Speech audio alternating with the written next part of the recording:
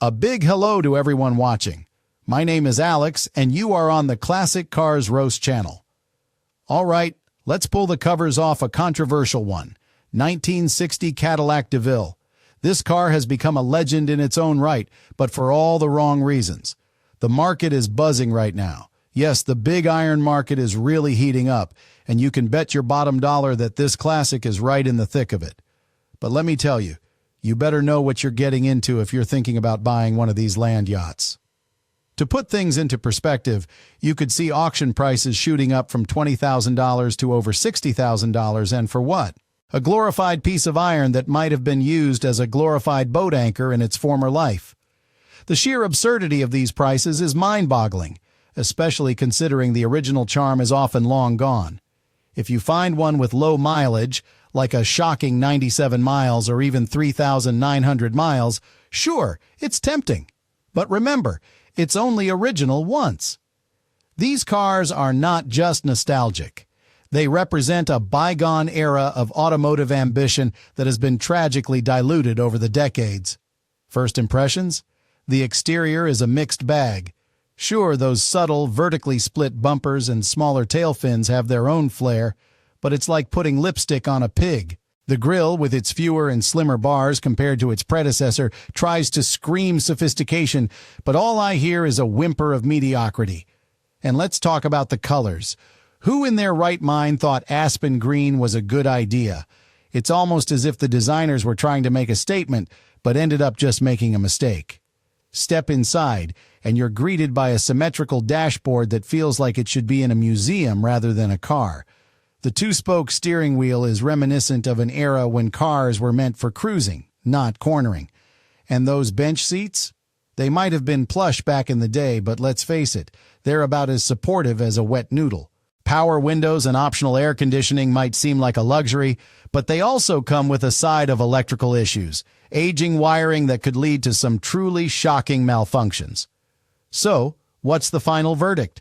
If you find one in decent condition, maybe consider it, but tread carefully. This car is a classic, sure, but it's fraught with flaws and compromises. Would I spend my money on this? I'm not so sure. All right, folks, let's dive into the creation story of this beast, the 1960 Cadillac Deville, a car born in a time that was all about excess, opulence, and frankly, a whole lot of misguided ambition. Picture it. The late 1950s and early 60s, an era where American automakers were flexing their muscles with tail fins that could double as a weapon and chrome that could blind you on a sunny day. Cadillac, the pinnacle of American luxury, was riding high on the wave of post-war optimism, and they were determined to lead the pack with the Deville. Now, the third generation of the Cadillac Deville emerged as a response to the outrageous success of its predecessor, the 1959 model, which set the automotive world ablaze with its jaw-dropping design. The 1960 iteration dialed back the tail fin slightly, but kept the overall aesthetic loud and proud. The grille was a statement, featuring fewer, slimmer bars, and the body was adorned with those iconic, subtly split bumpers that screamed elegance while still managing to look like they could take a hit. It was as if Cadillac was saying, "We're rich, but we're not afraid to get our hands dirty." But here's the kicker. While the exterior was a masterpiece of design, the engineering was starting to show signs of the malaise that would soon descend upon the industry. The engine, a 6.4-liter V8 with a whopping 325 gross horsepower, might sound impressive until you realize that this was a step down from the powerhouses of the past. Compare that to the high-compression V8s of 1970, and you'll see the decline in performance. The torque was decent at around 430 pound-feet, but the whole package was starting to feel like a relic of a bygone era. Inside, the Deville was all about plushness. Bench seats, a wide instrument cluster, and a two-spoke steering wheel with a horn ring gave an air of sophistication, but the lack of a central console? Come on, Cadillac, this is not the 1930s. They had power windows and optional air conditioning, sure, but those were just flashy distractions from the fact that the build quality was starting to falter. As the Deville rolled off the assembly lines, it became emblematic of a changing landscape. The golden age of American cars was beginning to slip away, and with it, the idea of what luxury truly meant. Now, people were starting to look at these heavy iron beasts with a mix of nostalgia and skepticism. The brutal charm of the DeVille was undeniable, but it was also a harbinger of the struggles that would soon plague American automakers. So what do you think? Was this Cadillac a glorious farewell to an era, or just a sign of things to come? All right, folks, let's talk about the exterior of the 1960 Cadillac Deville, a topic that always seems to spark a heated debate among car enthusiasts.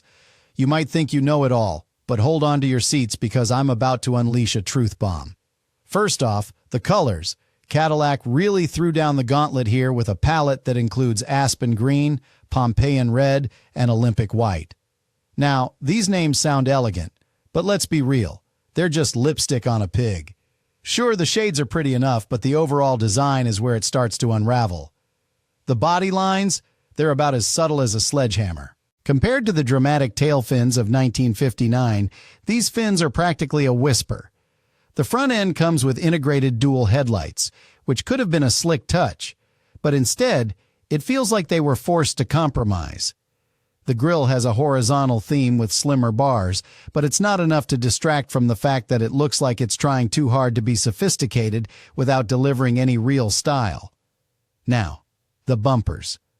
Oh boy, the bumpers. They're designed to be subtly split with these bullet-like protrusions, but let's face it, they end up looking like a bad attempt at being futuristic. You'd think they were trying to channel the spirit of a sci-fi movie but ended up in a cheesy B-list production instead. And don't even get me started on the build quality. Those comically thick door seals? They're just a band-aid for the poor panel gaps that are glaringly obvious. You can practically hear the car creaking under its own weight. And here's a kicker. The body quirks. They had the audacity to skimp on some of the finer details that could have elevated this car to legendary status. Instead, you get a vehicle that's trying to straddle the line between luxury and mediocrity, which is about as effective as a tightrope walker with a bad case of vertigo. So, what do you think? Is this exterior a triumph in design or just a sad attempt at recapturing past glory? For me, it's hard to ignore the shortcomings when you're staring at something that could have been iconic but ends up being just another car from the malaise era. You know what? If I'm looking for a classic ride, I'd want something that makes a statement, not something that blends into the background like a wallflower at a dance. All right, folks, here we go. And I mean, we're really diving into the belly of the beast here, the interior of the 1960 Cadillac Deville. Now, before I get into the nitty-gritty, let me tell you, the first thing that hits you when you open that door is a smell. It's a peculiar mix of old leather and something that reminds you of a grandma's attic. And if you're into that, great. But if you expect that rich, luxurious aroma of a modern car, you're in for a rude awakening. Now, let's talk about the dashboard. The layout is a symmetrical design, which sure looks nice, but let's be real. This isn't a spaceship cockpit. It's more of a retro throwback to when the only thing that mattered was style over functionality.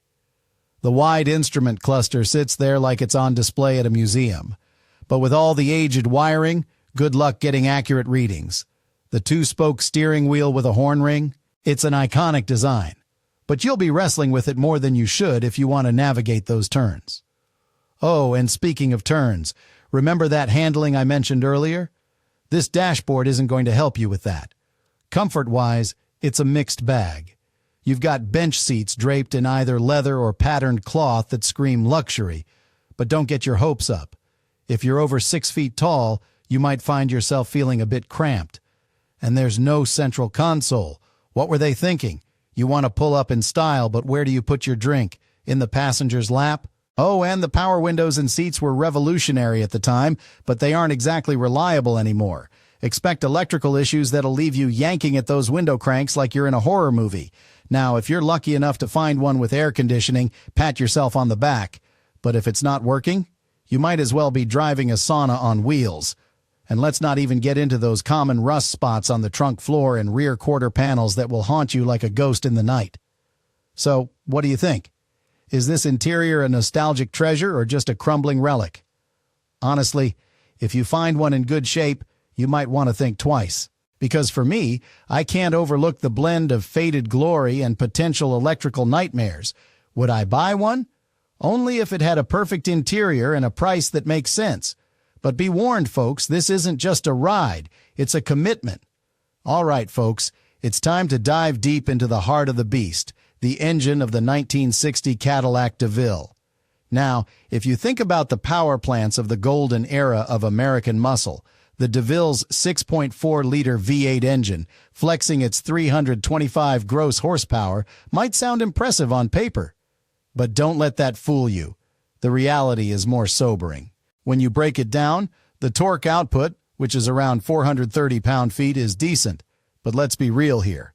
It's not going to blow your socks off, especially when you consider that by the time this car rolled off the line, the malaise era was creeping in like a bad hangover. This was the beginning of the end, where horsepower was starting to dwindle faster than a teenager's allowance. So, what do we have here? A compression ratio of just 7.6 to 1. Come on! That's barely enough to get the engine excited, let alone deliver the kind of raw power that classic car enthusiasts crave. For me, that's a disqualifying element. I mean, if I wanted to drive something that feels like it's dragging a boat anchor, I'd just take my neighbor's rusty old pickup truck for a spin.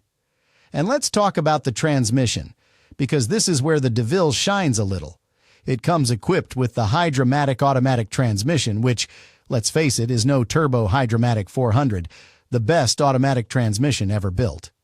I can't help but roll my eyes at the thought of it. While it's functional, it's just not the same. Honestly, if you're looking for smooth shifts and robust performance, you'd be far better off with a different choice altogether. But maybe you're thinking, hey, it's a classic Cadillac. It's all about the luxury and style. Sure, but luxury can't mask the fact that this engine is a shadow of what Cadillacs used to be. The handling? It used to be better in mid-60s cars, and this one feels like it's lumbering through a marsh.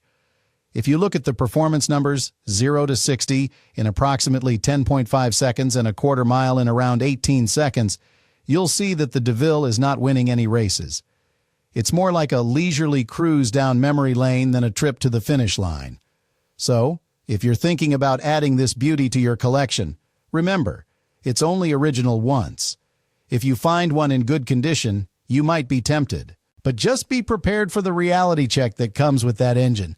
Would I spend my hard-earned cash on this? Honestly, I'd rather take my chances with a different classic. Now turn your attention to the transmission and rear axle of the 1960 Cadillac Deville, because this is where we dive into some seriously interesting territory. The Cadillac engineers had a gem on their hands with the Hydra-Matic automatic transmission. This is not just any automatic. This is the Turbo Hydra-Matic 400. The best automatic transmission ever built. It's like the holy grail of smooth shifting and reliability. Forget about those pathetic Ford C6 and the weak THM 200. This is the gold standard. You could be cruising down the highway, and the shifts are so seamless you'd think the car was gliding on air. If you've ever had the misfortune of dealing with a clunky competitor, you know exactly what I'm talking about. But the rear axle ratio? Oh boy, here we go. The 1960 Cadillac Deville generally came equipped with a 2.94 to 1 rear axle ratio. Now I get it. This is a luxury cruiser, not a race car. But it feels like they were trying to find the perfect balance between loafing around town and occasional highway jaunts. The truth is, this setup offers a lackluster performance that leaves much to be desired. You're looking at 0 to 60 miles per hour in around 10.5 seconds. Hardly blistering, right? In fact, the quarter-mile times hovering around 18 seconds are downright embarrassing for a car with such a storied legacy. Now let's not forget about the engineering quirks.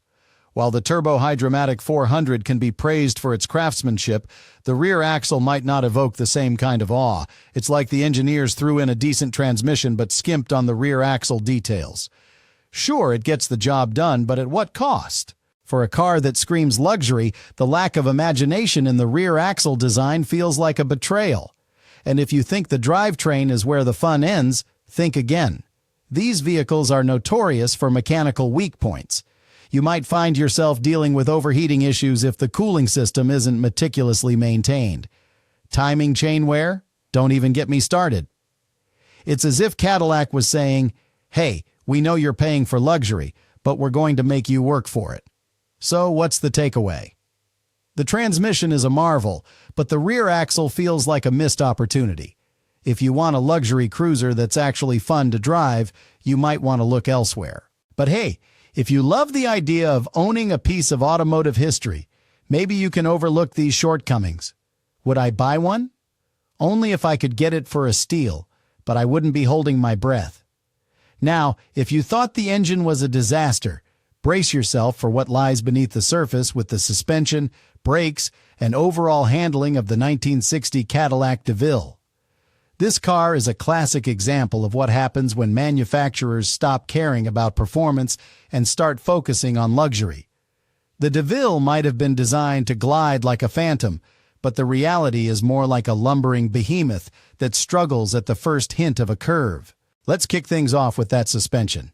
Cadillac was known for its ride quality, but by 1960 it was like they took a giant step backward.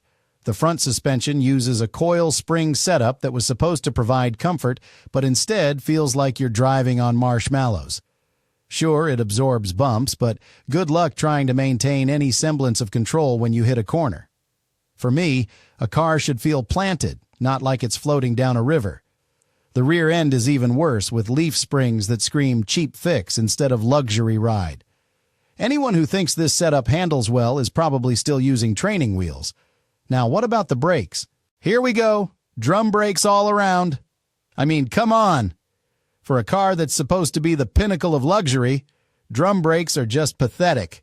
They provide less stopping power than a bicycle brake in a rainstorm. You can almost hear the car laughing at you as you press down on that pedal, praying for it to stop before you hit the mailbox. And let's talk about the handling. The steering is vague at best, and the turning radius is about as tight as a bull in a china shop. You'll find yourself wrestling with the wheel instead of enjoying a leisurely cruise. Cars from the mid-60s to early 70s handled much, much better. This is just sad. The Deville might look like a luxury liner, but behind the wheel, it feels like you're piloting a sinking ship. If you're expecting an exhilarating ride, forget it. This car is all about straight lines and soft corners. You want to take it around a bend? You'd better have some life insurance. Honestly, if you're a driving enthusiast, this car is going to feel like a betrayal. So, what do you think? Would you trust this suspension to keep you glued to the road? For me, it's a hard pass. A car that doesn't handle well is a car that's going to end up as a garage queen. No thanks. Now, let's dive into the cold, hard truth about the reliability of the 1960 Cadillac Deville. First off, if you're thinking of taking this classic beauty for a spin, be prepared for some serious rust issues. Common spots for rust include the trunk floor, rear quarter panels, and lower front fenders. Basically, the spots that will make any classic car enthusiast cringe on sight. And don't even get me started on the electrical issues. The aging wiring is practically a ticking time bomb just waiting to short out your lighting and power accessories when you're least expecting it. Imagine cruising down the road, feeling like the king of the highway, only to have your dashboard lights flicker out, leaving you in utter darkness. That's the kind of experience that can turn a joyride into a nightmare in seconds.